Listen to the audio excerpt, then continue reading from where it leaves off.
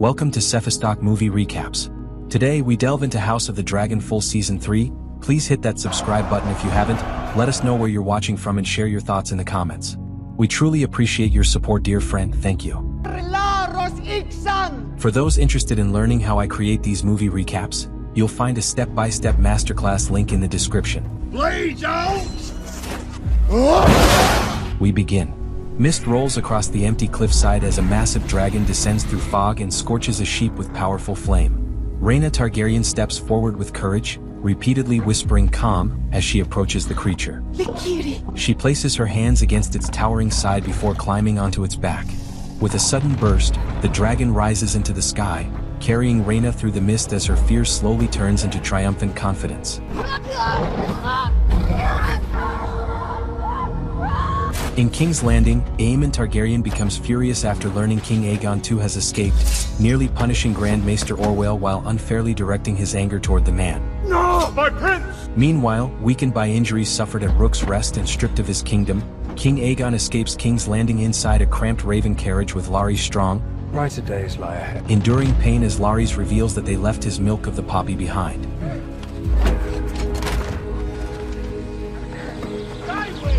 You're in the Queen's lands. Swear fealty to her grace.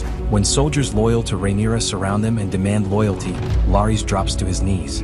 Aegon refuses, protesting. It's because he is Aegon Targaryen. That true? No. Larys reveals Aegon's identity and produces a sack containing the ruler's crown as proof. He explains that a fallen king may end a war, but a living hostage can reshape one. For the Queen! Forgive me, my lord. The soldiers understand the difference and their carriage turns toward Dragonstone. As living hostages. I have to believe. At Dragonstone, Rhaenyra Targaryen faces a choice. Trust Alicent Hightower's offer to surrender King's Landing and remove King Aegon II, or continue the conflict. Under a banner of peace. She tells her council about Alicent's proposal. And surrender Aegon to me. With Aegon bedridden and Aemond heading toward Harrenhal, the capital stands vulnerable. Jacaerys warns it could be a trap involving Vhagar, but Rhaenyra ignores him and prepares to strike. Aemond confronts the returned Alicent and reveals Aegon and Larys have fled. Aemond. Unshaken, he explains his counterattack. Lord Ormond Hightower is marching up the Mander with 15,000 men, Prince Daeron, and a dragon, while the Triarchy fleet prepares to break Rhaenyra's naval blockade. With victory uncertain, Aemond insists they only need to hold their position until the tide turns. Lord Ormond and 15,000 Hightower men we only need to bide our time. The Targaryen Riverlands campaign ends in complete defeat for the Lannister host.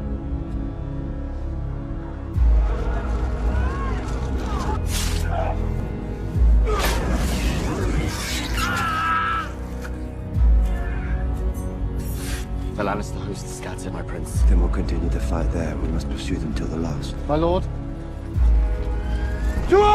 As the broken Western army retreats, Stark loyalists emerge from the trees and pledge themselves to Rhaenyra. They present Daemon with proof that Lord Jason Lannister has fallen, marking the collapse of the force he led into the Riverlands. For the Dragon Queen! Daemon accepts their grim offering without hesitation. With another enemy removed and the remaining soldiers scattered, he prepares his forces to pursue the surviving Lannister men across the region. Nearby, inside Ser Criston Cole's tent, Ser Gawain Hightower demands justice after one of their men badly mistreats a village girl, insisting knights must keep their honor. Something must be done. Cole dismisses his idealism, warning that the growing ruins surrounding them will slowly change everyone into something darker before the war finally ends. Never knew my mother. Hidden with fellow dragon seeds Hugh and Adam on the Isle of Faces, Ulf White waits beside their dragons to surprise Aemond, believing Daemon still holds nearby Harrenhal. As the hours pass, Ulf reflects on his unlikely rise. Abandoned as a child and knowing nothing about his mother, he trusted a dishonest priest's claim that royal blood flowed through him. All this hanging about. In a realm ruled by strict family lines, that rumor became his identity. Ulf the Dragon Seed, a story he believes was finally proven when he claimed a dragon of his own. I've got a dragon. I imagine there'd be eager women. Meanwhile, the untamed dragon suddenly throws Rhaenyra Targaryen from its back, firmly rejecting her attempt to claim it as rider and leaving her alone upon the empty cliffside. Inside the Red Keep, Worried, Alicent secretly sends a sealed message under Aemond's name, giving Lord Ormond exact instructions. Aemond's frightened too. Helena notices and quietly reveals Aemond's hidden fear of facing Rhaenyra's dragons and never returning alive. These are the king's instructions. The king's? Aboard his flagship guarding the Gullet, Lord Corlys Velaryon shares Ibbenese liquor with his son, Alan of Hull. The legendary sea snake opens up, admitting that the painful distance between them was entirely his fault. But I do accept that it was of my making. I was fond of your mother. Alan accepts the apology with cold restraint, reminding Corlys that although he gave him life, he never gave him his name. Before their tense conversation can settle, a warning bell suddenly breaks the silence. The Triarchy fleet has appeared across the horizon, ready for battle. Send ravens to Dragonstone! It's the Triarchy. On the Triarchy flagship, Tylan Lannister, wearing full armor, and Shirako Lohar, dressed in sea leathers, disagree over their next move. Since the Blackwater, if our armada engages the Velaryon fleet... Tylan suggests keeping their ships close to the enemy fleet, hoping the Blacks will hesitate to use dragons and risk harming their vessels. And penetrate the northern pass. Shirako, however, carries a grudge against Corlys. Ignoring Tylan's strategy, she orders part of the fleet toward Driftmark, planning to strike Corlys' ancestral home and leave High Tide burning behind them.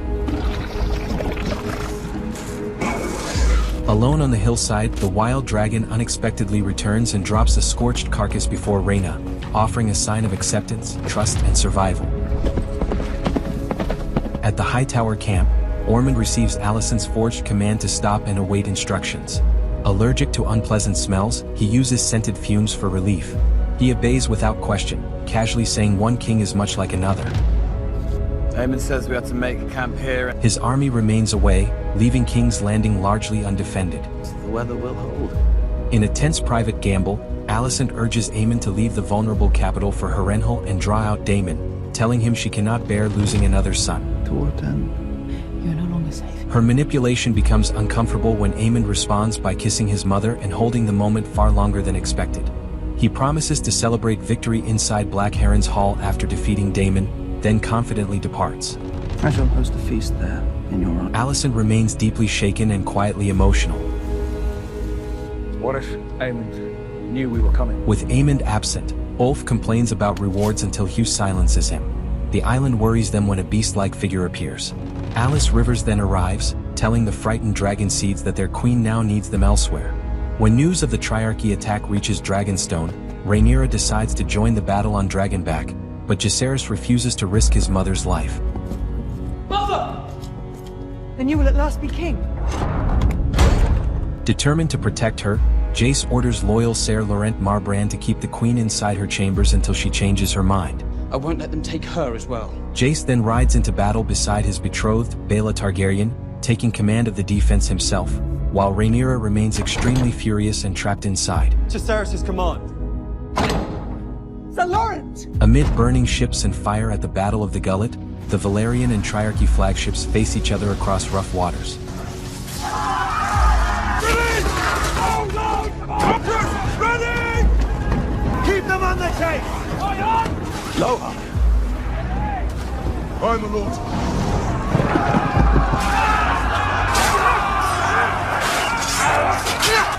Signal the fleet! The sea! Their crews clash at close range as Admiral Lohar drives her fighters forward, completely ignoring Tylan Lannister's strategy. Walk in the ashes of High Tide! It's I never asked to be protected. Still trapped inside her chambers, emotional Rhaenyra tears angrily at a garment, furious that her son ignored her command. She declares that although she has a woman's body, she carries the heart of a king, rejecting Jace's protection. But I possess the heart and spirit of a king. Jace on Vermax and Baela on Moondancer descend, covering ships in dragonfire as sailors scatter. Corlys and Aeron find brief relief as Corlys plans to lure Admiral Lohar into a narrow pass, to weaken her fleet for the dragons. Meanwhile, Shirako catches Vermax with a weighted line, but Baela and Moondancer cut it, allowing Jace and Vermax to escape.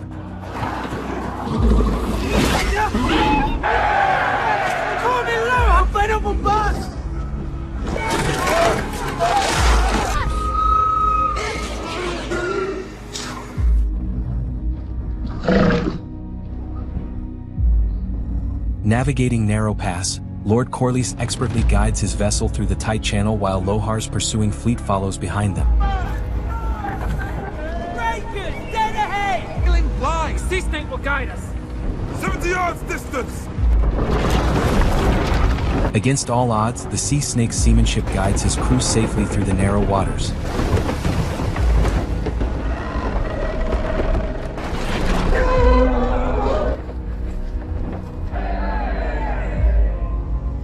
Take us back to the gullet. Believing the admiral delayed, Corlys orders his crew to turn around and rejoin the battle.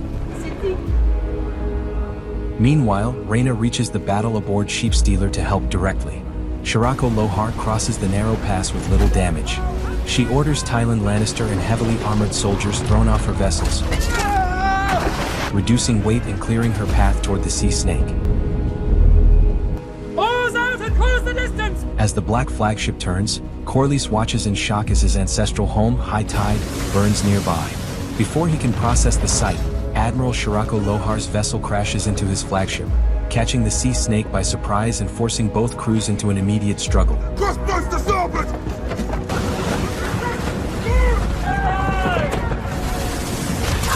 Hold that course and...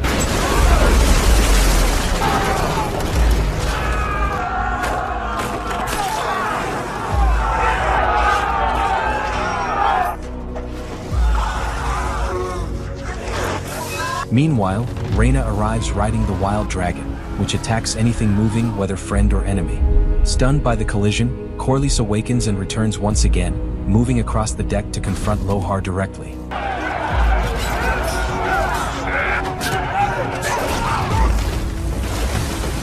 During the collision, Aeron loses balance and falls into the sea.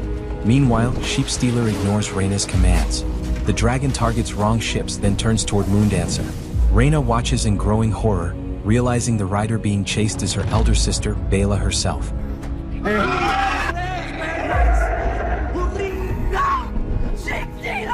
That's my sister.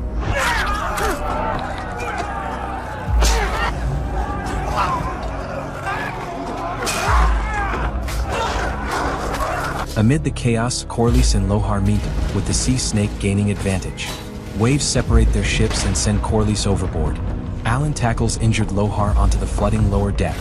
Distracted by Rhaenyra's dragon, Jace misses an incoming scorpion spear that strikes Vermax.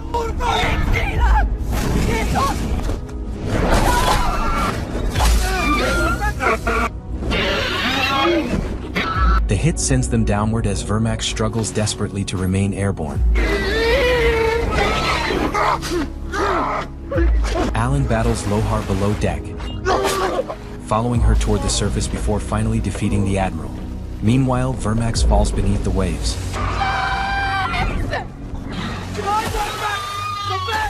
Jacaerys barely frees himself from the saddle and reaches the surface, only to be struck by 3 incoming Triarchy arrows. Below the surface, scorched wood drifts around Jace as he hangs beneath the water while light above fades.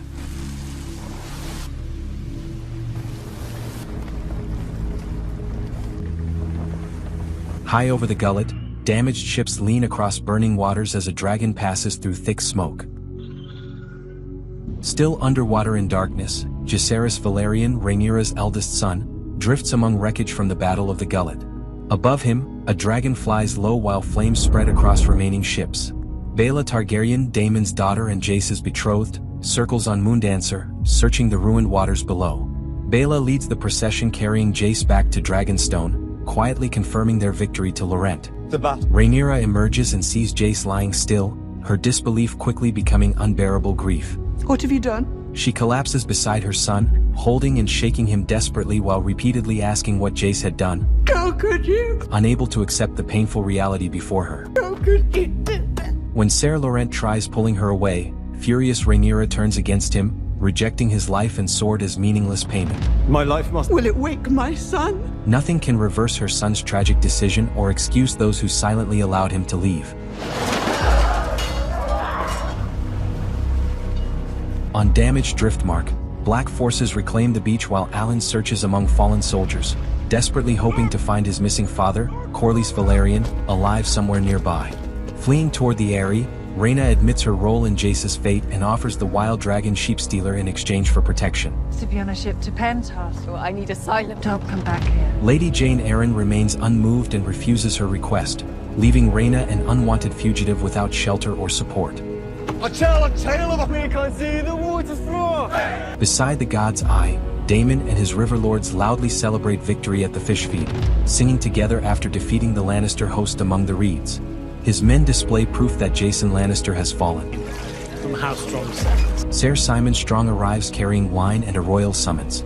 Reading it, Daemon learns Crown Prince Jace is gone and he must return to Dragonstone before riding beside Rhaenyra toward King's Landing. I am summoned now to King's Landing to claim the... Daemon orders his men to garrison Harrenhal and march forward with strength.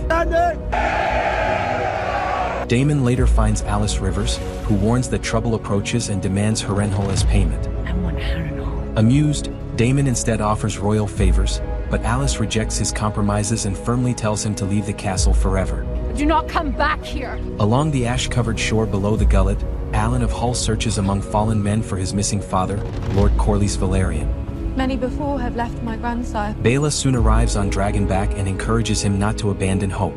They quietly discuss what the sea snake has given them and what he has denied. Side of him. I will not say so yet. Farther along the coast, they notice Adam riding sea smoke above the wreckage. Eventually, Adam discovers Corlys washed against rough rocks, exhausted and badly bruised, yet amazingly still alive.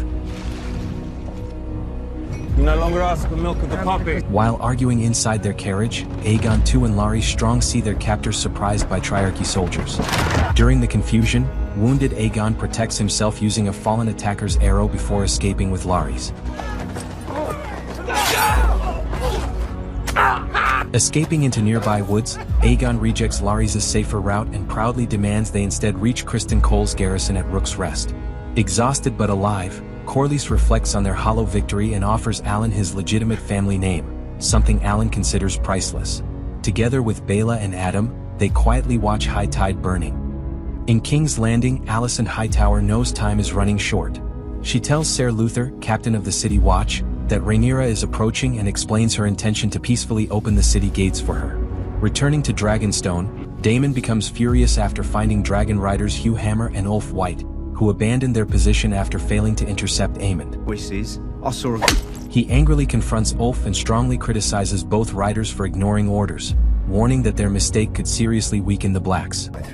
She is in grief. Daemon finds Mysaria, his former lover and Rhaenyra's advisor, outside the Queen's chambers.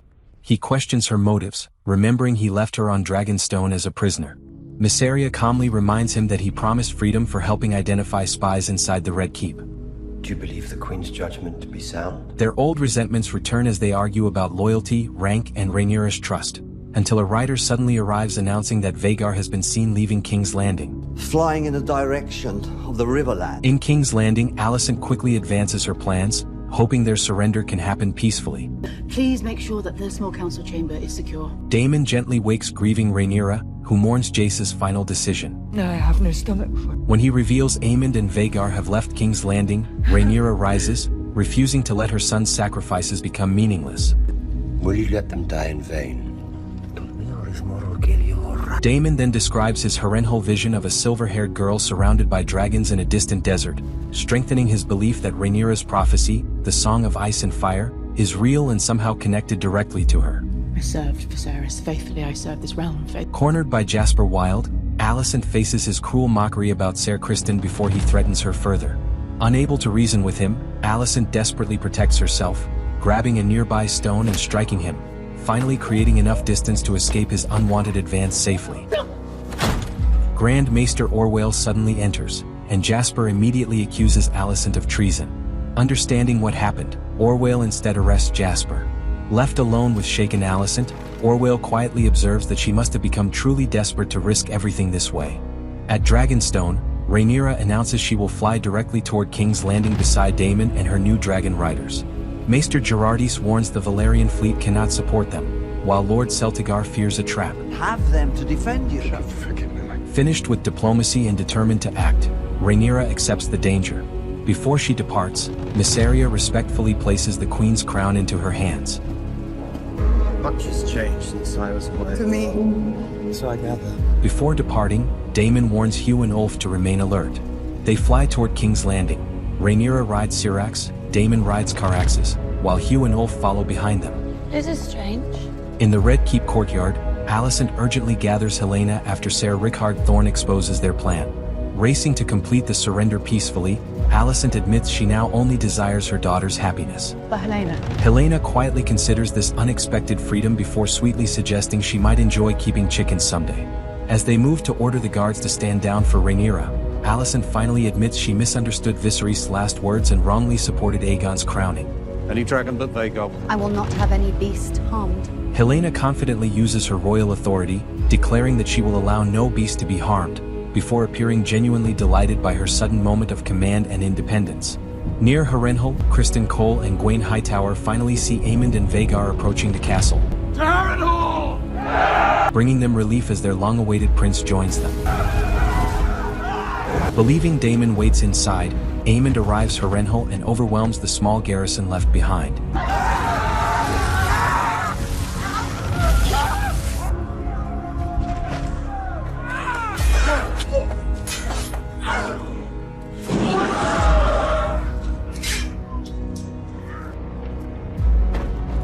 He reaches the hall where Ser Simon Strong and his sons are eating.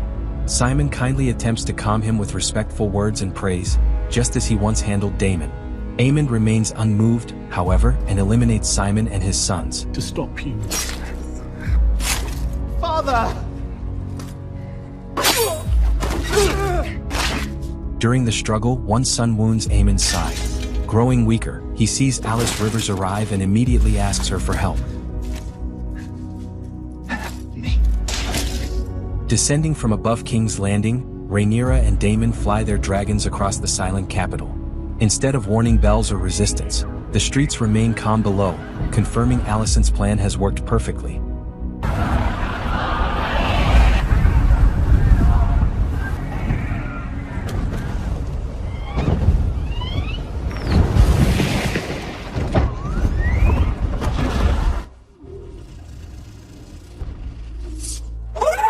Reaching the Red Keep, Rhaenyra acknowledges that Alicent honored her promise. Alicent did as she promised. Do not be afraid! Daemon warns their real challenge remains inside. Entering the castle together, they encounter only limited resistance, and Daemon quickly clears their path toward the throne room ahead.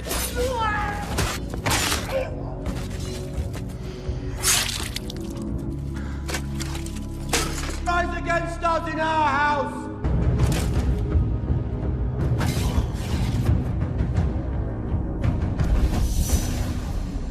Rhaenyra and Daemon enter the throne room and find Ser Rickard's men guarding the Iron Throne.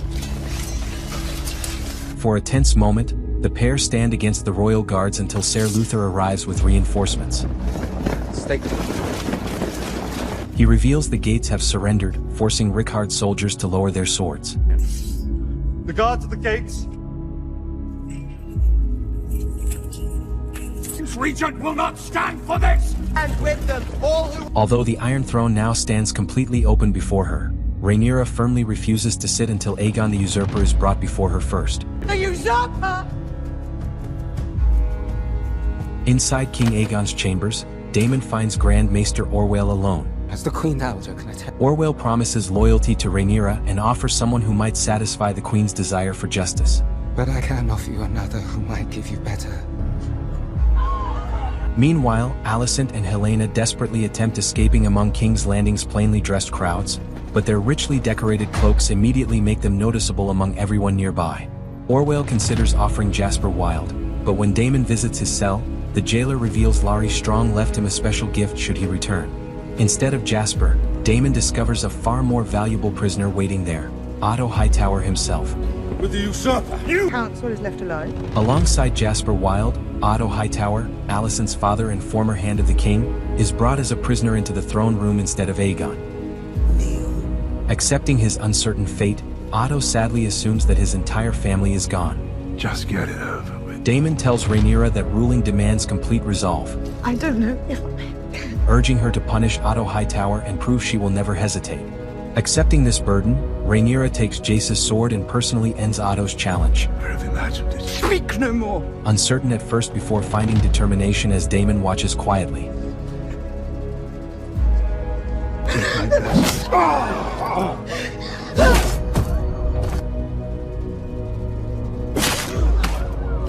After Jasper Wilde also receives judgment, an emotional and exhausted Rhaenyra slowly climbs the steps toward the Iron Throne. With tears still visible, she finally reaches the seat and claims her place as queen. Soldiers guide Alicent and Helaena before the Iron Throne. Alicent notices her father lying motionless nearby before slowly raising her eyes toward Rhaenyra. Without speaking, the former childhood friends stare at each other, realizing their old bond is finally gone. Under a bleak gray sky, Lord Aemond Hightower faces Daemon Targaryen on an empty field beneath circling dragons. Daemon calmly delivers surprising news. Glad news, Lord Aemond. The war is finished, green allies have scattered, Aegon too has escaped, and Rhaenyra now rules from the Iron Throne. Have you any proof of your... Doubting the news, Aemond calls it only rumor, but Daemon calmly assures him the truth will soon become impossible to deny. Aemond considers his choices and realizes none offer hope. But I have many other lives. Finally, he kneels, places down his sword, and officially swears his loyalty to Queen Rhaenyra. Daemon allows Aemond to rise before demanding one final condition. I almost forgot. He'll be coming with me. Alicent's youngest son, Daemon, must travel to King's Landing as a royal hostage. Encouraged to remain brave, the young prince is taken away while Aemond receives permission to march his army home. Go. Not unhappy ones. Inside the Red Keep, Rhaenyra quietly reflects on memories of her parents and the home she once knew. Daemon arrives with news of Aemond's surrender and presents their young royal hostage, introducing the boy to Rhaenyra as Prince Daemon. Open your mouth and speak to your queen. Rhaenyra questions Daemon about Green plans and his brothers, but receives only silence. She orders the prince confined, privately telling Daemon he seems extremely young. Daemon reminds her that his name still makes him dangerous. Rhaenyra quickly learns that gaining a crown and actually ruling a kingdom are very different challenges. The royal treasury is nearly empty, while the Master of Coin is believed lost after the Battle of the Gullet. Whatever he knew about the missing royal gold may have disappeared with him. Lord Corlys calculates that they have barely enough coin for 2 weeks. While your people still suffer might set... Meanwhile, Mysaria confirms that Grand Maester Orwell appears truthful when claiming he knows nothing about where the missing gold was hidden. Determined to show complete legitimacy, Rhaenyra demands a full coronation despite growing problems. There is much to take in hand. Corlys reports empty granaries, delayed harvests, and triarchy raids. Daemon dismisses the hungry population as another inconvenience, while Rhaenyra quietly looks across the city she currently cannot afford to feed. We will find one. Taking command, Rhaenyra sends ravens demanding tribute from great houses, refuses to recall her council, and orders Aemond and Sheepstealer captured, offering ruined Harrenhal as reward. Where is my gold? Visiting her royal captives, Rhaenyra demands information about the missing gold, Aemond, and Sheepstealer's rider, but Alicent offers only sadness over her father and missing son. That to himself. Aegon was... Helaena asks whether Otto's punishment eased Rhaenyra's grief over Jace, and Rhaenyra admits it brought no comfort. Rejecting Alicent's request to declare Aegon gone, Rhaenyra places both women under house arrest, making their freedom depend upon Aemond's capture and leaving Alicent facing a terrible choice involving her own son. I will have Jaehaera brought to you for an hour every few days or so. To strengthen her control, Rhaenyra orders Mysaria to identify and remove remaining Hightower loyalists from court. Committed the crimes that Aegon named. While walking through the palace, Rhaenyra suddenly mistakes a passing young man for Jace because of his striking resemblance to her lost son. Good morrow, your... Seeking public anointing rather than a full coronation, Rhaenyra meets resistance from Septon Eustace, who notes that Aegon's fate remains unconfirmed. I anointed your brother Aegon. Rhaenyra claims divine right, pointing toward her dragon as proof of the god's favor. Eustace rejects dragons as unnatural power and warns her against challenging the faith. They are a profane magic... Unwilling to continue arguing, Rhaenyra simply turns away and leaves, making it clear that she will not allow the priesthood to control her rule. I must confess to you now a thing you... Over dinner, Corlys tells Rhaenyra that Alan and Adam, who helped save him and secure victory at the Gullet, are his sons from another woman. Shown yourself a leader of men. Let them now be Valyrian. He asks her to legitimize them and allow them to carry the Valyrian name, preserving his family line. Rhaenyra listens carefully but gives no clear answer, saying only that she will consider it.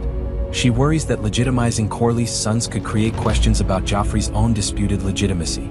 That night, Rhaenyra quietly walks toward Daemon's chambers, where he embraces her as she tries to escape some of her growing sorrows.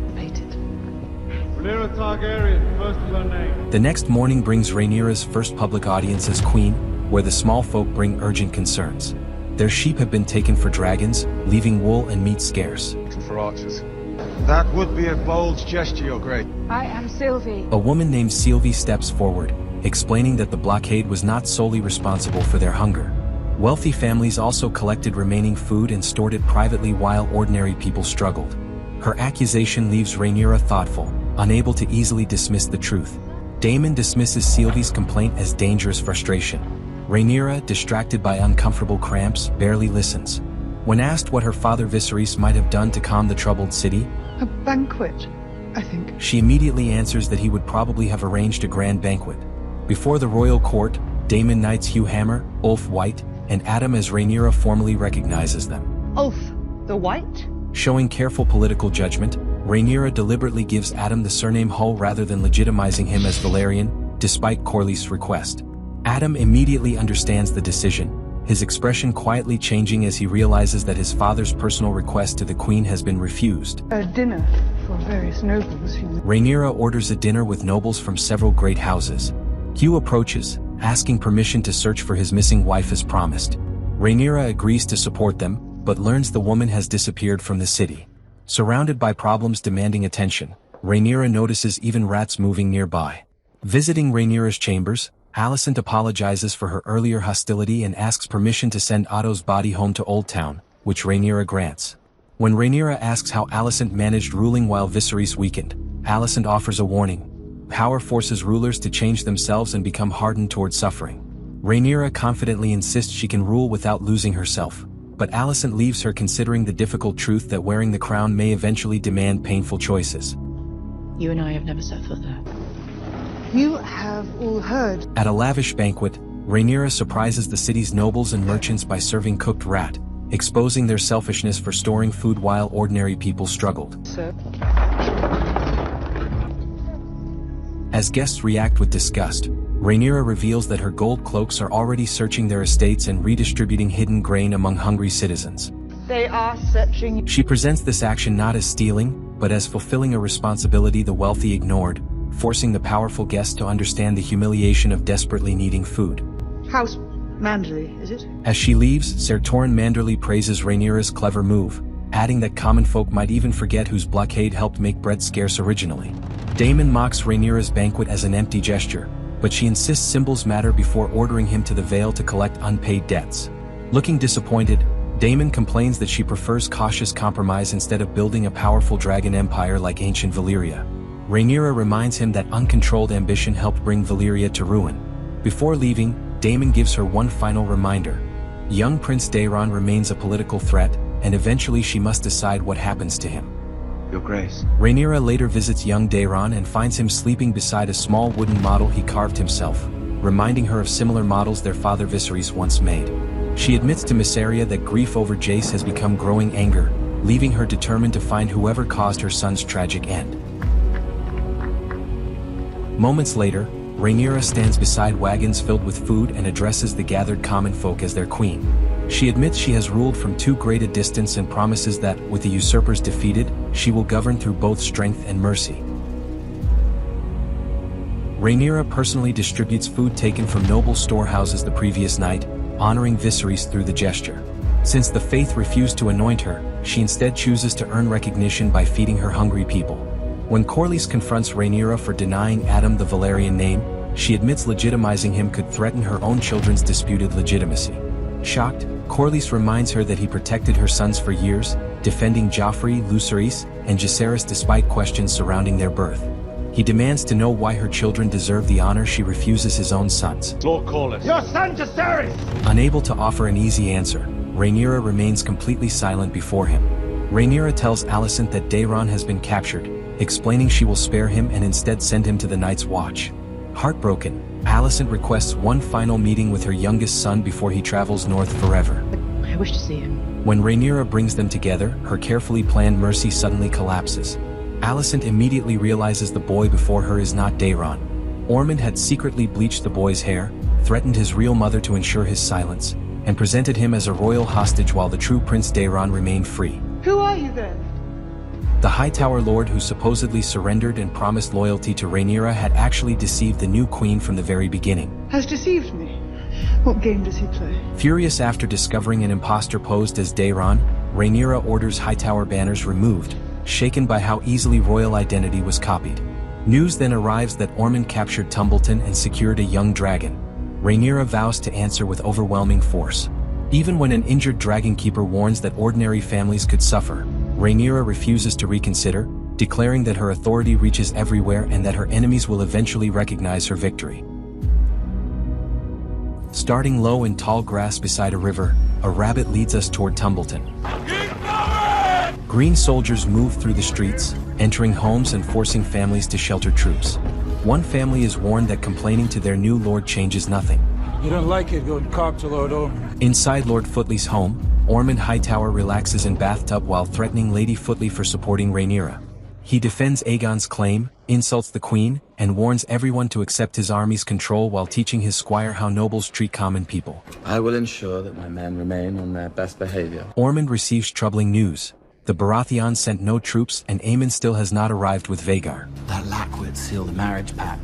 Send another raven, he can understand. Then his red-haired squire is revealed as Daemon, Alicent's youngest son. Why seize Tumbleton? Confused by Aemond occupying such an awkward position, Rhaenyra fears using dragons against Tumbleton would make her appear cruel. If his men were to go there instead... Accepting Grand Maester Orwell's cleaner strategic alternative, she redirects Daemon's river army against the Hightowers. Rhaenyra keeps Orwell on her council and appoints Ser Torrhen Manderly Master of Coin, making the crown's shrinking gold supply his responsibility starting now. They can blame him. I know him as well as you. Asked about her cousin Aemond, Alicent describes him as a proud scholar who dislikes rough manners, while sadly remembering sending Daemon away to be raised among Hightowers. Rhaenyra says she would have shown the boy mercy. You know I would have spared him. Before leaving, Alicent adds one detail. Aemond has an extreme sensitivity to unpleasant smells and struggles greatly whenever strong odors surround him. A very strong one. In your presence, that's more counsel. Rejecting Rhaenyra's summons, Corlys Velaryon sends his son Alan in his place while personally sailing out to pursue dangerous Triarchy raiders along the coast nearby. Anger is not something that can be ended with a blade. Aegon II and Larry Strong leave the woods and discover Sunfire's huge, motionless body in a clearing. Refusing to accept reality, the injured king approaches and gently touches his dragon, whispering hopeful words against its side. We sit the shadow for half grown. Seek shelter. Nearby, a local farmer charges visitors for approaching the fallen creature, while Larys pays extra for directions toward Rook's Rest. Aegon insists Sunfire is only resting, but Larys firmly breaks through his denial, telling him the dragon is gone and forcing Aegon to choose between staying beside it or rising and continuing his life. Will you stay and rot with him? At the blackened ruins of Harrenhal, Criston Cole and Gwaine Hightower arrive with what remains of their garrison. Alice Rivers tells them Aemond seized the castle after Daemon departed, then fled after learning Rhaenyra had taken King's Landing. When Rhaenyra took King's Landing? Oh, you didn't know. The surprised soldiers had not heard about Rhaenyra's victory in the capital. With the capital fallen and Aegon believed gone, Gwaine urges Criston Cole to combine their forces with Ormond's army. Criston refuses, reflecting on his humble beginnings and believing no future remains for him under Rhaenyra. My father died of sorrow. Choosing resistance over retreat, he plans to trouble the Queen's river host and buy Ormond time, insisting they must preserve what honor remains before the war changes them completely, stripping away what they once believed. We'll delay them at most.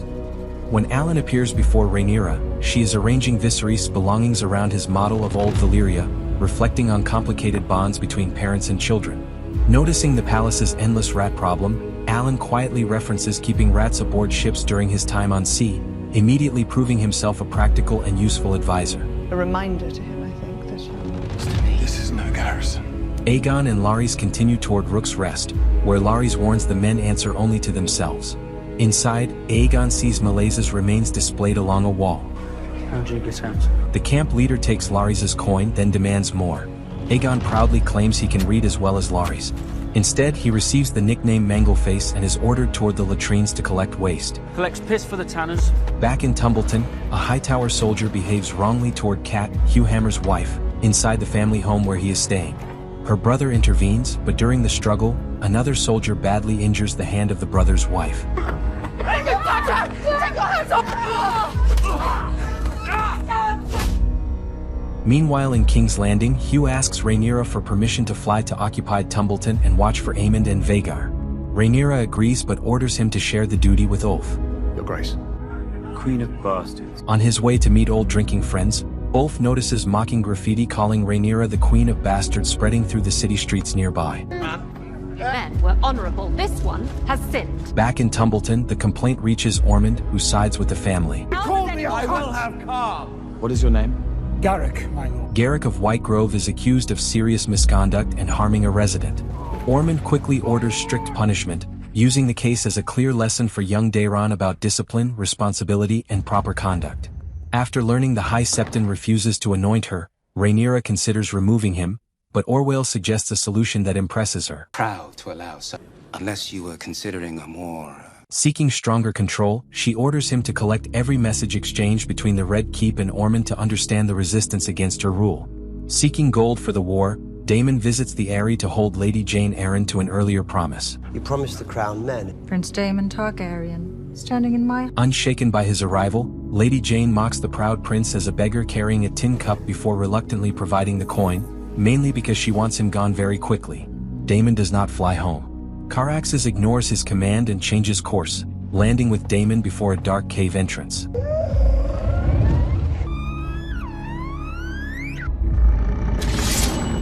Inside the dark cave, Daemon discovers his estranged daughter Rhaena beside Sheepstealer, the wild dragon tied to Jace's loss. Shocked that she abandoned her duty escorting her young brothers to Pentos, Daemon asks how she managed to tame the creature. How? Rhaenyra believes this dragon and his rider are the reason. When Daemon mentions Rhaenyra's grief, Rhaena defends her choice and admits years of resentment from being overlooked as the dragonless child. Daemon shows genuine concern and offers to hide her presence if she leaves Sheepstealer behind. Rhaena the least among your children. No. We will... Rhaena refuses, asking her father for silence as the only favor she has ever requested.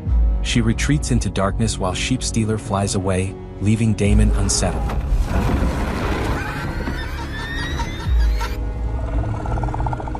Daemon forms an idea after spotting a shepherd guiding sheep downhill. In Tumbleton, a raven bearing the Hightower seal sends Aemond into anger before he regains control. The message confirms that Aemond will not be joining them, so everyone nearby gives Aemond room to react. Useless craven! At the same hour, Rhaenyra receives Hightower news.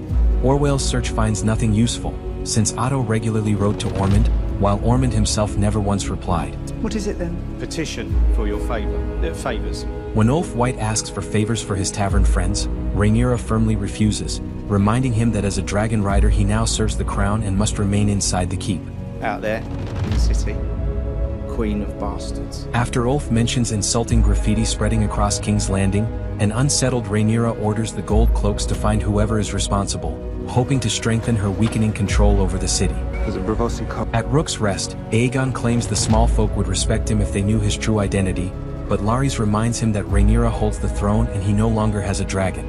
Shocked to learn the realm believes Aemond caused his disappearance, Aegon protests before the camp leaders. That's how you rule, running out of food. His outburst only brings embarrassment, ending with him being forced to show submission by kissing a boot. Kiss my feet. No longer. Back in King's Landing, Rhaenyra's council now includes Ser Torrhen as Master of Coin. Daemon returns carrying a lie, presenting Rhaenyra with 10,000 gold dragons from Jane Eyre and a burned, unrecognizable skull he claims belonged to Sheepstealer's rider. Who is he?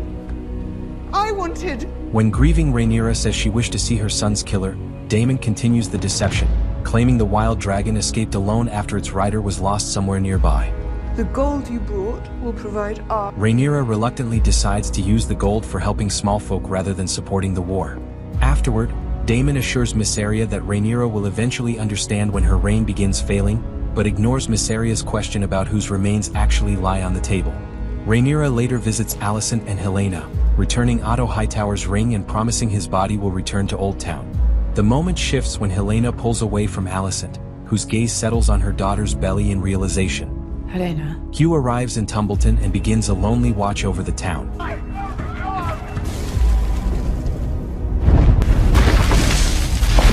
Meanwhile, gold cloaks search King's Landing streets, confronting anyone suspected of creating the insulting graffiti against Queen Rhaenyra. Inside a small Tumbleton sept, Daemon stays beside Targaryen. Aemond arrives and tells him he carries a special purpose to restore the Targaryen line and eventually become king against Rhaenyra's claim. Though Daemon resists turning against family, Aemond uses the boy's desire for approval, describing mercy as a weakness inherited from King Viserys and urging him toward ambition. To test Daemon's loyalty, Aemond presents the imprisoned smith whose family suffered earlier and demands judgment. Attacked a woman. He laid hands. Using his position as Daemon's guide, Aemond hands him a sword and pressures him not to disappoint House Hightower. Frightened yet obedient, Daemon follows the command uneasily. As Aemond bows before the prince, Targaryen's fire lights the sept while Aemond declares their campaign begins. And now we begin. As night falls over a riverland's camp, Rhaenyra's forces grow frustrated because burned bridges block their route toward Tumbleton. Lord Oscar Tully and Roderick Dustin argue over detouring through Stony September or pursuing Criston Cole's troublesome army. A better deer flies than frostbite. It's my wolves and me. Before they decide, Criston launches a sudden surprise attack, striking Lord Piper first and throwing the entire encampment into fiery confusion. Soldiers searching Harrenhal for Aemond Targaryen and Rhaenyra's reward encounter the calm Alice Rivers instead. Looking for Aemond Targaryen. She warns that the cursed castle consumes greedy men and feeds on their fear. Suddenly, shrieking bats fill the air, Alice disappears, and the frightened hunters flee into darkness nearby. Unknown to them, Aemond is upstairs struggling through a nightmare. He wakes suddenly and raises his blade toward Alice before recognizing exactly who she is. In King's Landing, Grand Maester Orwell convinces the guard outside Alicent Hightower's chambers that the matter concerns women's health. Inside, he gives Alicent a bottle and quietly withdraws support, explaining that a new queen now rules and watches him closely. But we have now a new queen. I fear I can no longer offer. The bottle is intended for Helaena, and Alicent pressures her daughter to drink it, fearing a secret pregnancy could create another dangerous political rival. Alicent describes the remedy as merciful and claims similar choices once protected both herself and Rhaenyra. Helaena, please. Please. Listen to me. Listen to me. It is a blessing. Helaena strongly resists, refusing her mother's control and insisting that the unborn child belongs entirely to her alone. It's mine! Lady Subital Frey follows Rhaenyra through a corridor, reminding her that Harrenhal was promised to House Frey by Jacaerys in exchange for the winter wolves crossing the twins. Yet Rhaenyra has offered the same castle as a reward for capturing Aemond. Rhaenyra reminds Subital that Jace is gone and offers her a council position instead as fair compensation.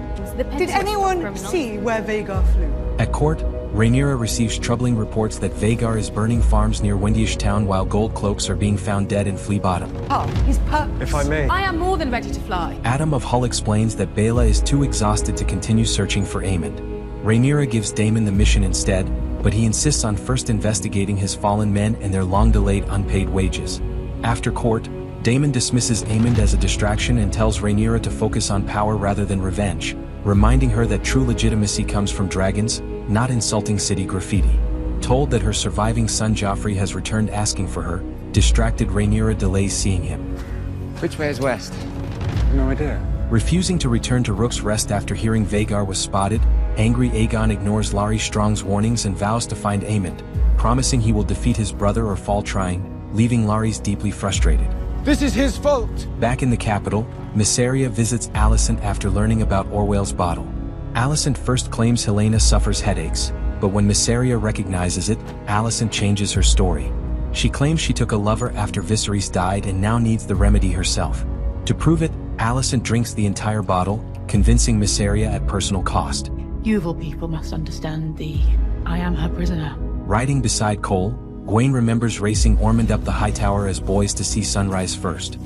He invites Criston to Old Town someday, quietly offering him something close to a home. Then their horses stumble as hidden iron spikes cover the road. Gwaine realizes with concern that the enemy they were chasing has moved ahead already.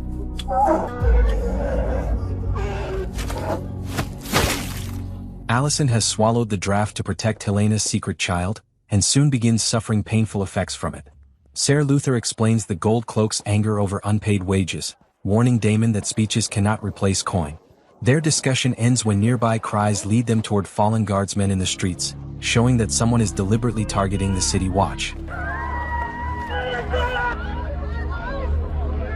Soon after, a peasant girl passes a secret message before a raven flies toward Tumbleton carrying news of Gold Cloak attacks. Aemond reads the coded tally, quietly revealing the disturbances are part of his plan. We are making a study on my forebears. No. After ordering Tumbleton fortified and nearby trees cleared, Aemond sits with Daemon for a game and history lesson. Marry a Martell. When Daemon forgets Marry a Martell, Aemond explains how the Yellow Toad of Dorne used poison, ambushes, and deception against stronger occupiers. Is she a hero then? Daemon asks whether she was a hero or villain, but Aemond only praises her cleverness in defeating superior forces, comparing her methods to his own secret campaign of burned crossings and attacks on gold cloaks. I was lucky. When Daemon wins their game and calls it luck, Aemond angrily sweeps the pieces away and commands him never to apologize for victory. I have had these made. He then presents custom coins bearing Daemon's image, declaring the prince their beacon. Unaware that Daemon is being shaped into a rival king, Alicent trades her necklace for a secret escape through Aegon's former chambers. She asks Helaena to leave young Rhaenyra behind, promising they can send for her later. Here she has nursemaids to care for her and... Helaena calmly recognizes the lie, noting Alicent always looks away when being dishonest. You look away when you lie. She feeds, then eludes them. In the Riverlands, grieving Baela tells Adam that her future disappeared with Jace and predicts Rhaenyra will arrange a political marriage with some wealthy lord on Pike. Adam comforts her, promising they could simply fly away into exile together, then lightens the moment by suggesting they find food. Vhagar! I know only that she flew in the night. Waking at Harrenhal and discovering Vhagar disappeared during the night, devastated Aemond breaks down near the castle's edge, admitting he feels worthless without his dragon. The dragon has fled. Alice Rivers tells him King's Landing has fallen and Rhaenyra blames him for Aegon's disappearance. Aegon. Aemond becomes overwhelmed by feelings about his brother and his mother's love. Alice comforts him, gently wiping away a tear before describing herself only as someone who has known grief. One that has been grieved. As Aegon complains about his childhood, injuries, and lost dragon, my dragon is dead. Exhausted Larry Strong finally loses patience. He lists every advantage Aegon wasted, arguing that the former king threw away opportunities others could only dream of. I must say, Your Grace. Larys tells him he failed not only as a ruler but as a person. The harsh judgment leaves Aegon silent, shocked by hearing such direct criticism from his longtime companion. You were a terrible king. Inside the quiet Grand September, Rhaenyra kneels while news spreads that 6 gold cloaks have fallen across the capital. She confesses a growing fear that an unseen, organized enemy is working against her from within. Daemon refuses to share her alarm, suggesting exhaustion makes every shadow seem dangerous. He reminds her that, as a woman ruling the realm, opposition will always gather against her. Rhaenyra challenges him, pointing out that even the rogue prince cannot identify this hidden enemy. Daemon responds with a rare half-smile, mixing criticism with reassurance. He tells her that fear is beginning to control her thinking, but insists she is stronger and more capable than doubts threatening to consume her judgment. It's cost us precious time, and men are talking in desertion. Trying to reach Stony September 1st, Criston Cole chooses a dangerous shortcut with his men, while skeptical Gwaine Hightower openly questions whether the plan is wise. Having returned to Rook's Rest, furious Aegon sits quietly, refusing to speak with anyone nearby. Disguised as maids, Alicent and Helaena attempt to escape their rooms but are stopped by Mysaria, who reveals she has been watching them. Cornered, Alicent admits the plan and appeals to Mysaria's past as the White Worm. At her mercy. It is not for me to decide. She argues that informing Rhaenyra offers little benefit, while allowing their escape could earn future Hightower gratitude. You earn yourself favor with the Hightowers. Mysaria carefully considers the offer, leaving both women uncertain whether she will protect their secret or reveal everything to the Queen. Rhaenyra finally visits her young son Joffrey, only to discover he is already peacefully asleep. Marching through the Riverlands on foot, Criston Cole and Gwaine Hightower drive their exhausted men onward. Several soldiers begin collapsing from fatigue, yet Cole refuses to slow their pace, determined to reach his destination regardless of his soldiers' condition today.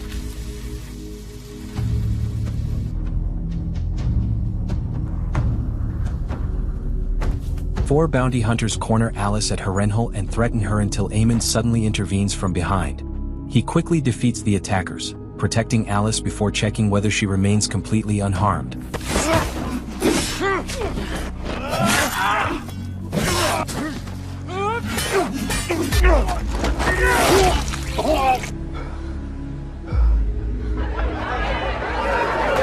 At Rook's Rest, Larys argues with Tyland Lannister about whether Aegon should escape to Essos or Lannisport. When a camp leader overhears, mocks Aegon, and lifts his crown, Aegon suddenly attacks him and reclaims it. This is no man, I tell you. We are hunters! Daemon addresses the City Watch with an energetic speech, promising glory, wealth, and repayment for everything they sacrificed, though the crown lacks enough coin. Rose and the 7 kingdoms become 9. His words calm the restless guards for now, but their future loyalty remains uncertain. Criston Cole's exhausting march fails when Oscar Tully's forces reach Stony September 1st and destroy the crossing behind them. Tired and outmaneuvered, Cole and his company discover themselves stranded on the wrong side of the river without escape. Daemon questions an artist and learns rebellious graffiti supports King Daemon Targaryen, confirmed by Ormond Hightower's special coin. No! No! Cut off by another ruined bridge, Criston Cole rejects Gwaine Hightower's request to retreat. Bitterly reflecting on years spent serving powerful lords who raised him only when useful, Cole declares he will no longer let others decide his worth. This is your goal. But I've been a servant all my life. He insists that if his journey ends, it will happen on his own terms, remembered as a fearless warrior rather than another servant of a crown. Cole then leads his remaining men through the woods while praying and imagining Alicent will someday hear songs about his courage. Disappointed by Cole's obsession with glory, Gwaine finally leaves, taking riders and choosing survival. Condition with which I am all too familiar. Daemon drops the coin onto Rhaenyra's book, revealing Daeron has been declared king, then remarks they should have acted earlier and leaves. As Criston Cole's prayer echoes across the realm, Alicent and Helaena open a hidden passage in the Red Keep, only to become trapped inside a dark, rat-filled dead end when their lantern breaks. Meanwhile, Daemon enters the City Watch barracks and finds his men, including Luther, motionless around a table beneath the threatening message, a feast for traitors. Stranger officer. Morning light breaks through the trees as Ser Criston Cole leads his mud-streaked men toward what looks like an abandoned enemy camp. Strange has happened there. Tents sag, smoke rises, and rivermen lie scattered in the grass. Criston checks one body and realizes too late that many are still alive. They rise with swords drawn, and the ambush he often used against others suddenly closes around him and tired soldiers.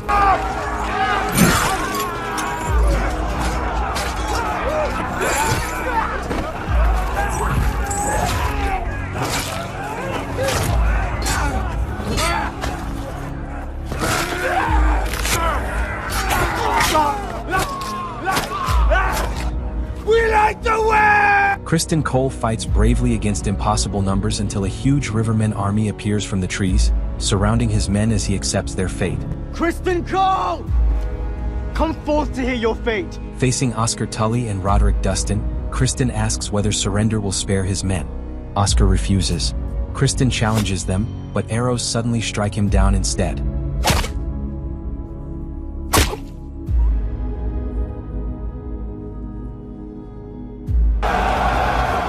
Rivermen close around his doomed company from every direction as Criston falls, clutching Alicent's favor tightly. They're here! Between Red Keep walls, a soldier discovers Alicent and Helaena. In the council chamber, Daemon mourns Ser Luther and 25 city watchmen lost in King Daeron's name, while Rhaenyra recognizes Ormond's plan to make her look unable to govern King's Landing. Daemon urges a dragon attack, invoking her prophecy, but Mysaria and Rhaenyra argue that harming their own people would prove enemies right. Instead, Rhaenyra orders unknown agents sent quietly to Tumbleton rather than Daemon himself. Oh, no, not you. Fanatics still prowl the streets. Your Grace, there is a... Rhaenyra faces more disrespect when a Baratheon delegation arrives without Lord Boros, who ignored her summons. Where's Lord Boros? When his replacement pledges loyalty, Rhaenyra strangely asks him to surrender his belt without any explanation. I could brand him a traitor.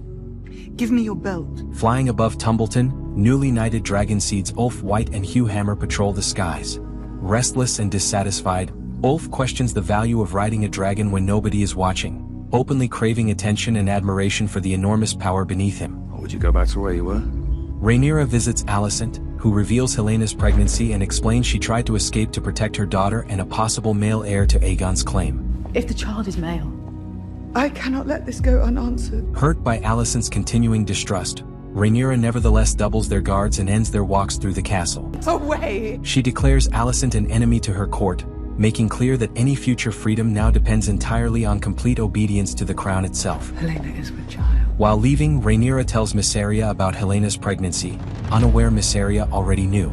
She then orders the maid who helped Alicent and Helaena escape removed permanently, leaving no loose ends behind. Inside the empty barracks, Daemon promises the gold cloaks justice, but one exhausted soldier gives up his cloak, choosing his hungry children over another fight. All of you! Daemon mocks his fear, yet more guards follow, laying down their uniforms one after another. Aemond never needed to defeat the City Watch directly. He simply let wages destroy their loyalty. Trarchy raids have dwindled. Outside King's Landing, Alan asks Corlys for Valyrian soldiers to support the failing City Watch. Corlys complains Rhaenyra did not ask, but Alan challenges him over delaying recognition of his sons. Tell her Tyland Lannister survived the gullet. Corlys agrees and shares news about Tyland having survived. At Rook's Rest, Tyland Lannister buries Aegon's recent victim while debating Larry's strong about escaping to Casterly Rock or Braavos. Seeking reassurance after earlier insults, Aegon asks Tyland whether he thinks him terrible. Do you think I'm a terrible man? Tyland answers carefully, prompting Aegon to make a clear decision. We sail for Essos, then. He will leave for Essos. In the Vale, Rhaena sees Baela riding Moondancer and tries calling out, but misses her chance. At Harrenhal, Alice Rivers treats Aemond's injuries, urging him to remain quiet and hidden until danger passes. There is a bounty on your life. Aemond insists Vhagar will return, but Alice suggests the dragon left to protect him. Without her, you're hidden. She warns that facing Rhaenyra's 6 dragons with only one would likely leave him completely alone and ultimately defeated. Never ceases to be fascinating. Lady Jane Arryn strikes Rhaena for leaving hiding just to glimpse her sister's dragon, warning that safety depends on Rhaenyra believing Sheepstealer's rider is gone. When Rhaena mourns losing everything despite finally bonding with a dragon, Jane firmly reminds her that she chose this path herself. And now I have one, but I have lost everything. But you got what you wanted. A bed would be more comfortable. Outside King's Landing, Baela and Alan share their grief over distant fathers who avoid their pasts. Baela wonders whether he ever dreams of leaving duty behind and choosing his own life. Drawn together by shared loss, they exchange a tender kiss and briefly find comfort in each other. Arriving in Tumbleton, Ser Gawain Hightower warns Ormond that continuing the campaign is madness, but Ormond remains calm. Elabavas, she is a woman. He argues that Rhaenyra will never risk harming her own subjects with dragons. Instead, he plans to weaken her through targeted attacks, false coins, and public doubt. We have the clear advantage. Ormond insists patience will eventually turn the great houses toward Daemon. Something the craven among us would do well to learn. He mocks Gwain's caution, confident that fear and uncertainty will slowly break Rhaenyra's authority. After meeting Ormond, Gwain criticizes Daeron for acting too obedient before him. You left me alone with him. Daeron admits Ormond makes him feel like a child and a puppet, confessing he does not believe he will truly rule. As he cannot sit on it himself, you won't do it. Seeing their cause worsening, Gwain decides to return to Old Town, while Daeron quietly admits he misses his mother Alicent. Did you see my mother? You've taken nothing since yesterday and said little. Confined to her chambers, Alicent faces a painful break with Helaena, who realizes Jaehaera was never sent safe. Alicent begs forgiveness, but Helaena asks whether her mother escaped to save her daughter or herself. She pricks her finger with a sewing needle while Alicent watches. Alicent notices embroidery showing Aemond beneath a castle, watched by a woman above.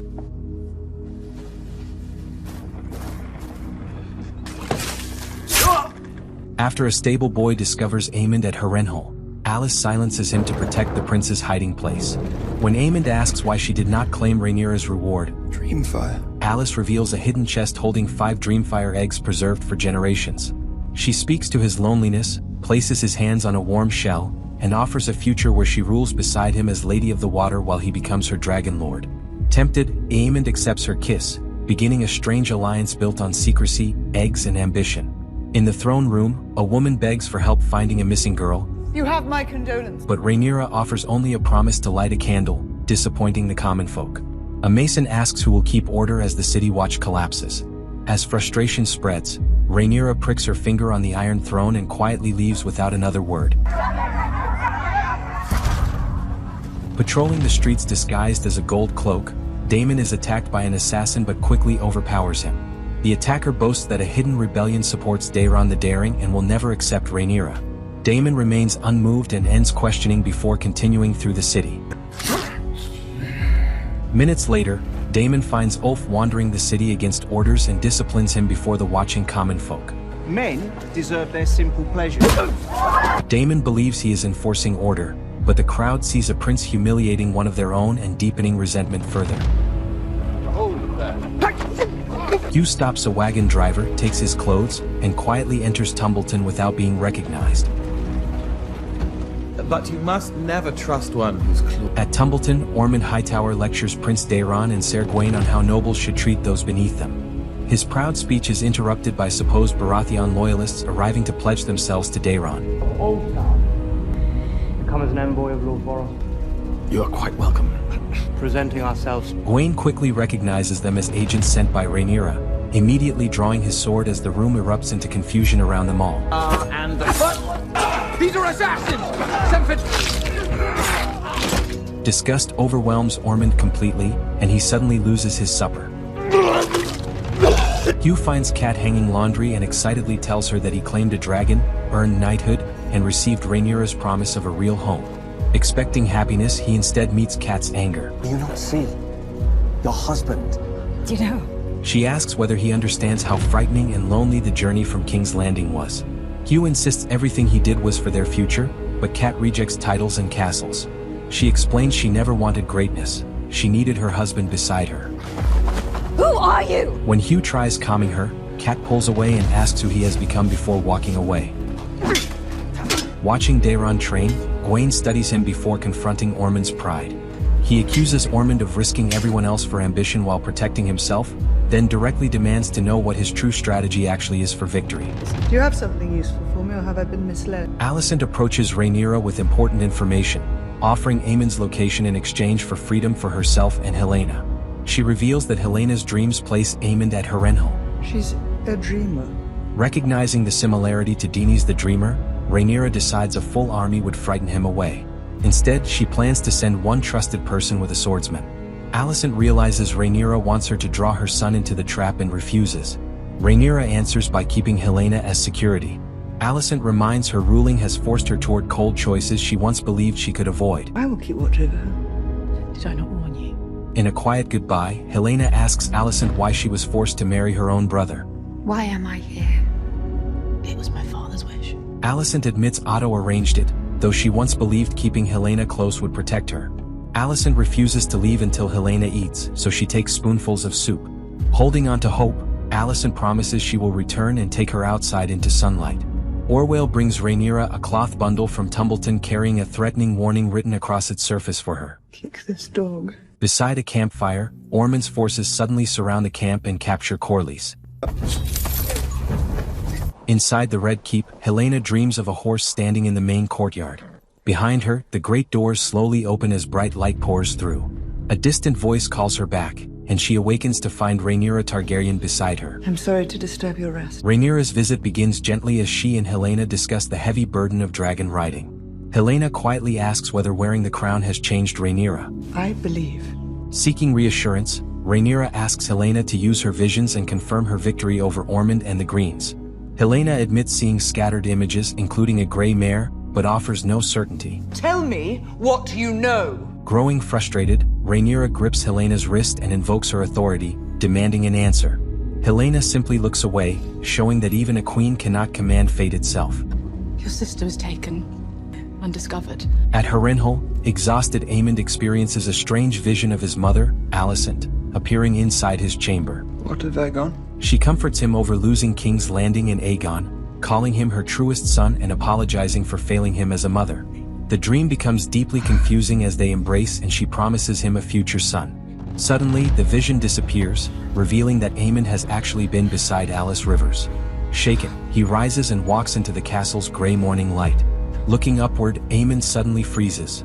The Real Alicent stands silently upon the parapet above him. Aemond.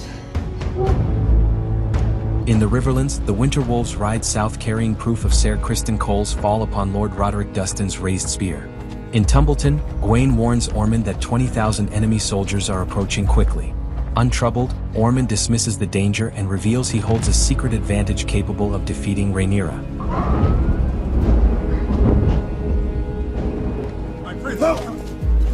Storming into the Eyrie, Daemon discovers Rhaena has escaped. Lady Jane Eyre warns that controlling a dragon rider is never simple. I am finished with the matter. When Jane threatens to tell Rhaenyra about rumors concerning Sheepstealer's mysterious rider, Daemon secures one day before leaving after hearing Vhagar was recently spotted near Fairmarket. Tracking Aemond through the Riverlands, Baela tells Adam she feels increasingly used by Rhaenyra. Adam awkwardly mentions legitimization and marriage prospects. Baela assumes Alan revealed their kiss, but Adam looks confused. Suddenly, Sheepstealer appears across the distant sky. No. He led us to a secret gate and... Alicent tells suspicious Aemond she escaped the Red Keep through a hidden gate using money and help from loyal Ser Adrian. Aemond quietly listens, embraces his mother, then approaches Adrian. My protector and guide, Ser Adrian. After thanking him, Aemond suddenly turns against the knight, explaining that he cannot trust strangers while his enemies continue searching for him. Aemond! As the tension rises, Alice Rivers shows up and rings the dinner gong, interrupting everyone. Something so slippery and substance. At Tumbleton, Ormond hosts captive Corlys Valerian over wine, explaining he plans to keep him alive. He believes holding the sea snake will prevent Driftmark's fleet from defending King's Landing. How will that help? When Daemon worries about approaching winter wolves, Ormond calmly dismisses him and mocks Corlys' choice of allies. Your wife, of course, is of their blood. I would like to return to my cell. As Corlys leaves, Ormond stops him, saying another matter remains to discuss. Later in the corridor, Daemon asks what kind of king allows Ormond to risk an entire army. Gwaine suggests escaping on Tessarion, but Daemon refuses to abandon his men. He admits he barely cares about wearing Rhaenyra's crown. Two armies are preparing to struggle over a claim he does not truly desire. I have no fear of insignificance, Gwaine. My own daughter found the doorstep of my city. In King's Landing, Torrhen Manderly complains about a street campaign against him and says his family is being targeted. I gathered it's as if I have been installed here as... Rhaenyra changes subjects, grants Subital Fry the long-promised Harrenhal, and orders it occupied so Aemond cannot return. Then Baela and Adam arrive carrying important news. Sheepstealer. Grace, he has a rider. Sheepstealer has appeared again, and someone is riding the wild dragon. Mysaria confronts Rhaenyra with troubling facts. Daemon's skull was false, Sheepstealer has a rider, and Daemon disappeared without explanation. She asks how many betrayals Rhaenyra will forgive before questioning her husband, awakening the Queen's deepest doubts about his loyalty. Larys, Aegon, and Tyland travel toward Maidenpool, hoping to secure passage to Braavos and Essos. Larys entertains Aegon with promises of fine Esosian wines, but their cheerful planning abruptly ends when they discover an army loyal to Rhaenyra moving toward their route ahead. It shall be refuge for his grace. You must be famished. Dinner at Harrenhal becomes tense as Aemond introduces Alice Rivers to Alicent, describing her as both lady and healer. I still don't understand who this woman... The Maester. Claiming Harrenhal as his future home, Decided to stay here. Aemond imagines Rhaenyra's common-born dragon riders eventually causing her downfall and allowing a new royal line to rise from the Riverlands. He takes Alice's hand, then reaches toward Alicent, announcing that his mother will remain there with them. The uncomfortable declaration changes the room completely, prompting Alice to quietly leave the table without another word. Like a witless child. Tread careful. Alice warns Aemond that Alicent arrived with hidden intentions, but he confidently dismisses her warning as simple jealousy instead. Stepping outside, Alicent returns to where Adrian fell and quietly searches his clothing until she finds the dagger she needs there. Fleeing east, Aegon learns Lord Muten has raised thousands of men searching for Tyland and the missing royal gold. Going village to village, it seems. With capture approaching, Larys suggests Tyland surrender himself so Aegon can escape, while Tyland argues Larys should remain instead. Rhaenyra is hunting you. Your Grace, for now at least. No. Rejecting both plans, Aegon stops running and declares he would rather face his enemies openly than disappear forgotten in hiding. I'll make my stand here. Moved by his sudden courage, Tyland chooses to stand beside him. If the king wishes to remain, then... Larys, however, argues that his injured body offers little help in battle and that someone must survive to preserve Aegon's story. I am crippled. Of course, if my king commanded me to stay. Promising to make the king's final stand legendary, the practical courtier rides away, leaving Aegon and Tyland together to face whatever comes next. In the Riverlands, Daemon brings Sheepstealer down and finds Rhaena, who warns him to stay back because the wild dragon barely obeys her.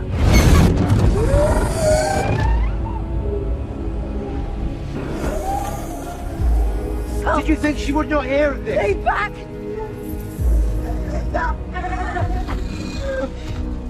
Vhagar was here. She explains that she is hunting Vhagar, believing defeating the dragon could repay what happened to Jace, while accepting whatever consequences followed. Seeing her pain, Daemon softens and apologizes, admitting his own lonely childhood and acknowledging that he should have been a better father.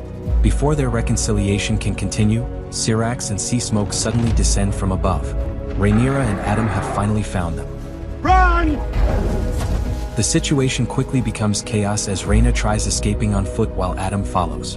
Rhaenyra confronts Daemon, demanding to know his agreement with Sheepstealer's rider. I never wished to deceive you. Then speak! Adam soon returns with Rhaena, revealing the truth. Rhaenyra realizes Rhaena rode Sheepstealer at the gullet and that Daemon knew afterward. Overwhelmed with regret, Rhaena falls to her knees seeking forgiveness, but Rhaenyra remains furious and unwilling to accept her apology. Sheepstealer roars as Caraxes answers and Syrax moves forward. Rhaenyra quickly pulls Rhaena away while Syrax, Caraxes, and Sea Smoke surround the wild dragon.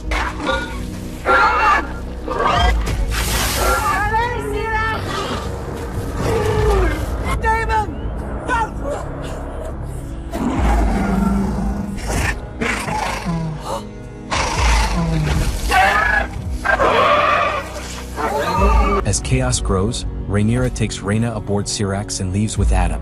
Daemon remains behind, allowing the exhausted Sheepstealer to escape after struggling to fly.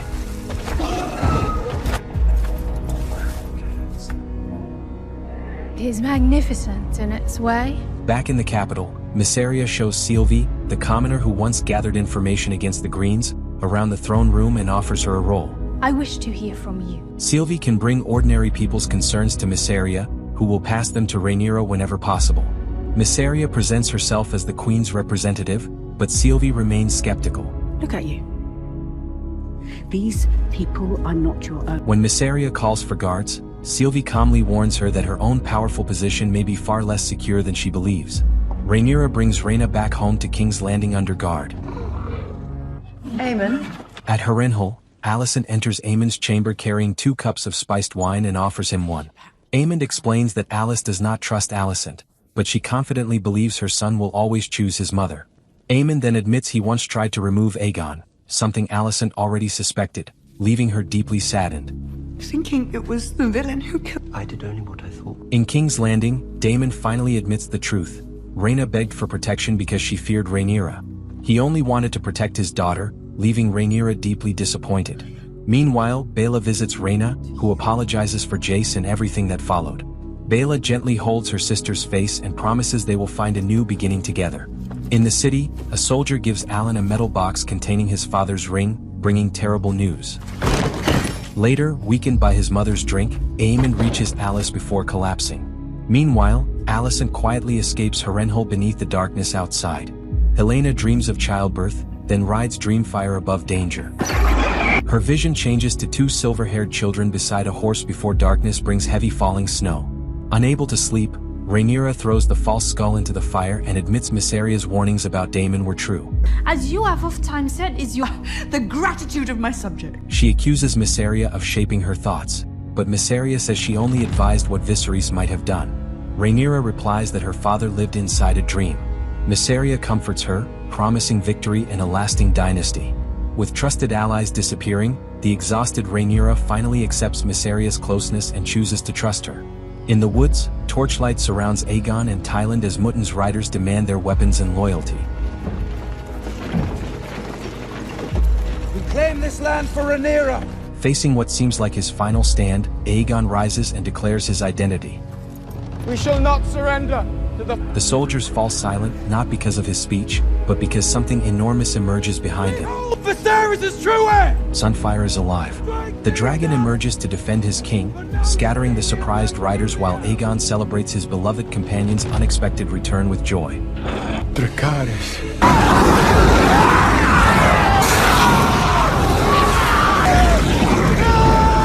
At a Tumbleton campfire, Ormond comforts Ulf over Daemon's public humiliation, claiming highborn rulers see him merely as a tool. Offering respect and promising Driftmark as his reward, Ormond quietly gains Ulf's support against Rhaenyra. Lord of the Tides. I must see the Queen! Morning has barely reached the Red Keep when Grand Maester Orwell arrives demanding the Queen. He is risen! Rhaenyra tells Daemon that Aegon and Sunfire survived and defeated Mutton's forces at Rook's Rest. Grand set beseeching the gods to say who is meant to rule. She fears losing legitimacy as small folk gather at the Grand September, calling Aegon's survival divine favor. Daemon urges strength. Regaining control, Rhaenyra orders dragon riders stationed near the dragon pit. Sunfire watched closely, and Tumbleton searched house by house for Hightower supporters, while warning Daemon not to turn her into something monstrous. Plan's been laid for the sea snake's rescue. In the corridors, Baela confronts Rhaenyra for abandoning captive Corlys and accuses her of using people when convenient. When Baela claims Rhaenyra saved her at the gullet only for Moondancer, the furious queen grabs her face and scolds her. Insolence runs in your blood. Good morrow, my lords. Along the shore, Alan convinces Valyrian soldiers to serve Rhaenyra, declaring that despite Corlys' captivity, he is their future Lord of the Tides and leader. Your once and future Lord of the Tide. At Tumbleton, Aemond Hightower presents his assembled army to Prince Daemon, declaring everyone gathered there serves him. One final requirement remains before his crowning. A Westerosi king should first become a knight. Daemon kneels before Aemond, receives the honor, and rises proudly as Ser Daemon the Daring. Sir Daemon the Daring. Inside a tavern, Dragonseed Ulf White drinks heavily and proudly calls himself Lord Ulf the White, boasting that Daemon will fear him while imagining his promised future lordship. Lord Ulf the White! Back inside the Red Keep, Rhaenyra examines King Viserys' crown. A servant reports Helaena refuses food, but Rhaenyra focuses elsewhere. She wants the High Septon to calm the confused small folk and publicly anoint her as their rightful queen. What is this?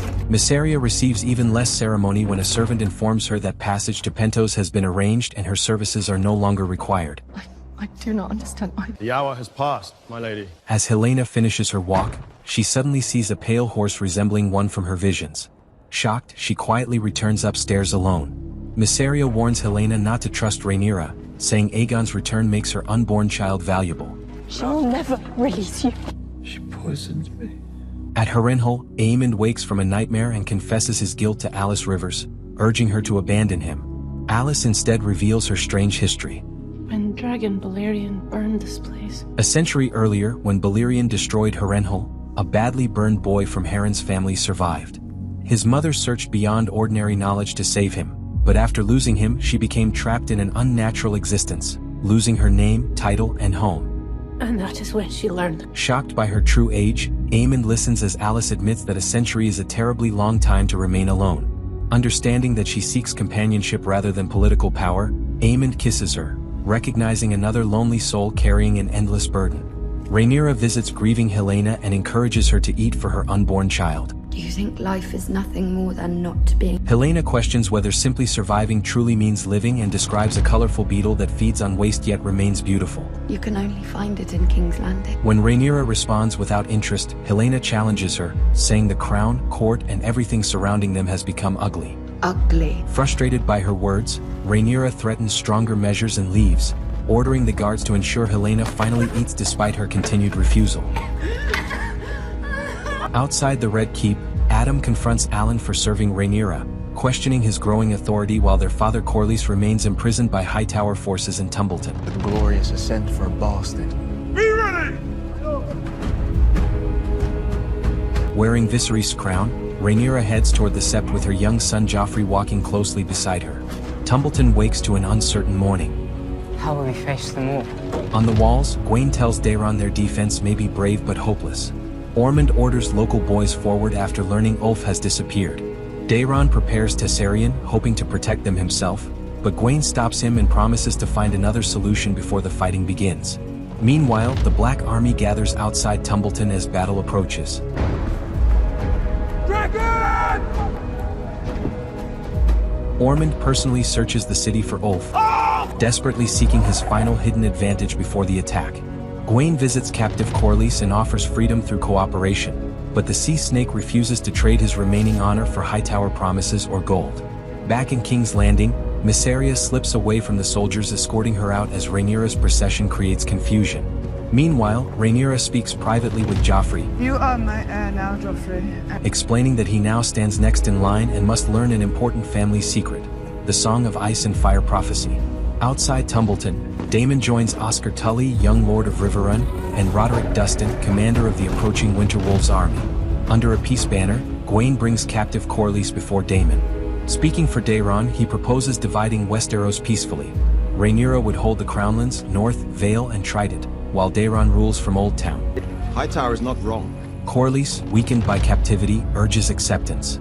He argues many great houses still resist Rhaenyra and suggests joining Daemon through marriage, creating a united front capable of overcoming Aegon and Aemond without destroying the realm. Rhaenyra can quickly bring the West in a storm. When Corlys presents the proposal as true peace, Daemon dismisses him as disloyal. Gwaine reminds Daemon that thousands could suffer, but Daemon angrily rejects the offer, insisting Rhaenyra will rule all 7 kingdoms and dreaming of a new Valyria rising after Hightower's defeat. Like the rodent you are. Taking Corlys back into his custody, Daemon ends negotiations and sends Gwaine away with a clear warning. There will be no divided kingdom and no peaceful compromise now.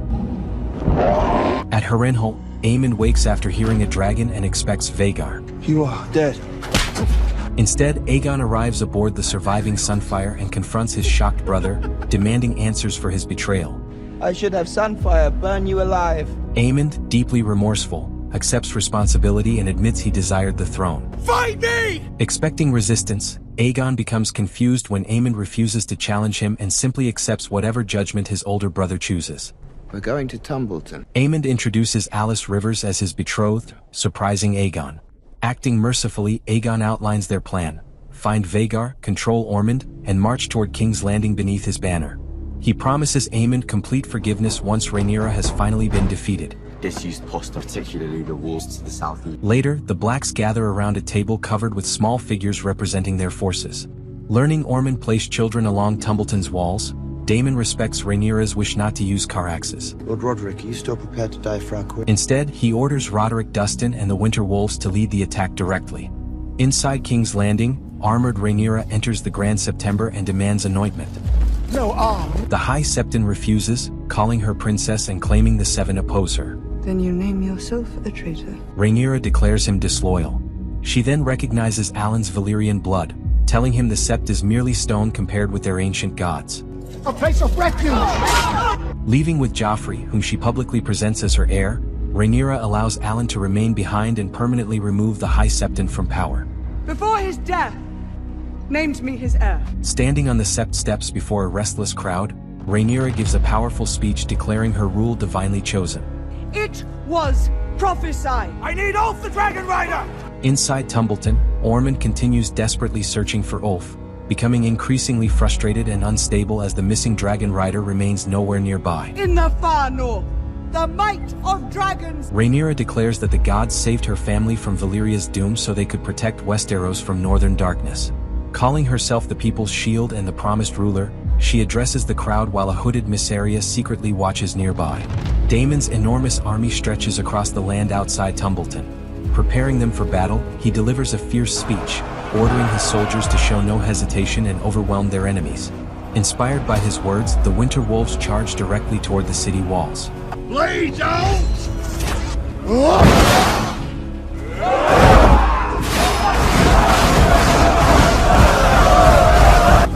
Meanwhile, the frightened children stand on the front lines as guards push forward to load their weapons for battle. Siege engine! Make ready! Defenders answer with waves of arrows and heavy stones from above.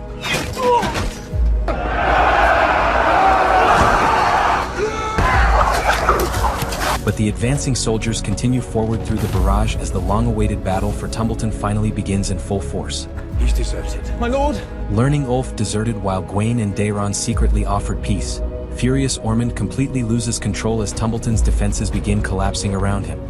Where is the prince? Gwaine desperately searches for Daemon after their attempted peace negotiations fail.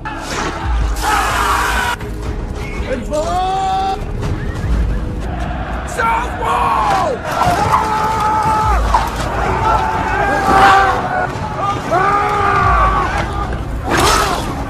Like the trenches!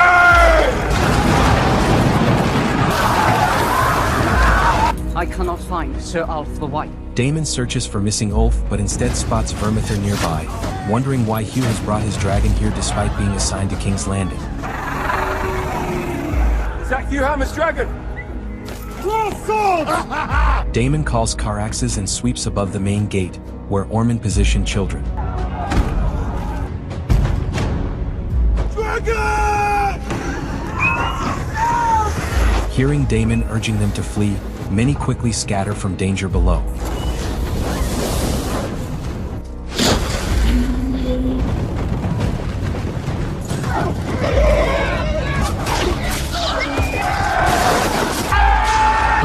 Roderick pushes forward, searching specifically for Lord Aemond Hightower himself. I want Lord Hightower. Aemond finally discovers Ulf asleep inside an outhouse. Furious, he treats Ulf much like Daemon previously did. Do as you've been told. Daemon soon comes face to face with the skilled bold Jon Roxton.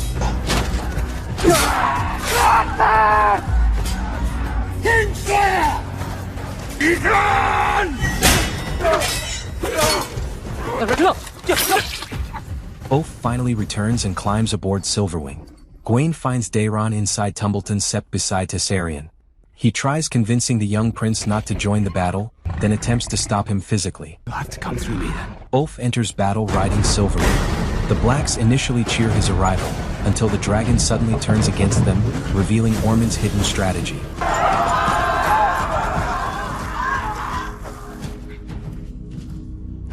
Perhaps we'll survive the day. Meanwhile, Daemon continues his difficult duel with Roxton, who matches the prince's skill and refuses to surrender.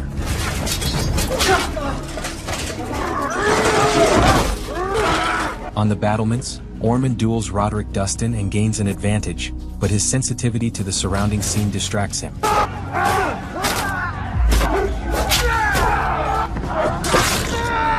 Roderick responds before Ulf and Silverwing suddenly descend, ending their confrontation.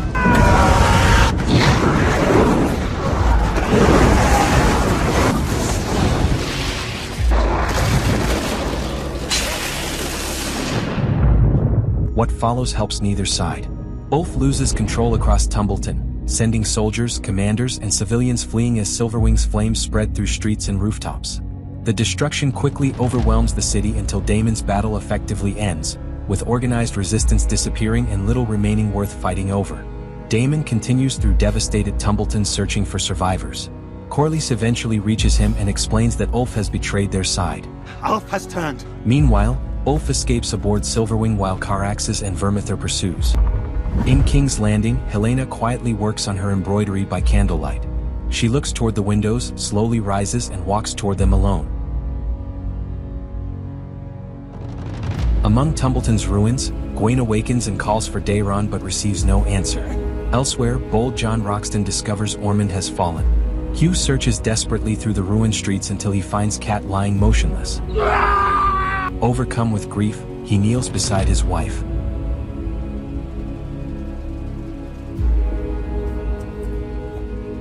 My queen! A servant's cry sends Rhaenyra rushing upstairs toward Helena's chambers, where she discovers a window standing open with its shutter moving outside.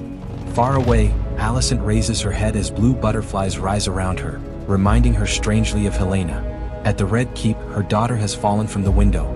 Rhaenyra lifts Helena's finished embroidery, showing a falling woman beside a queen seated upon the Iron Throne, surrounded by dragons, flames, and countless reaching hands closing around her. Thanks for watching. For those interested in learning how I create these movie recaps, you'll find a step-by-step masterclass link in the description. Please hit that subscribe button if you haven't, let us know where you're watching from and share your thoughts in the comments. We truly appreciate your support, dear friend. Feel free to click on the next video. Thank you.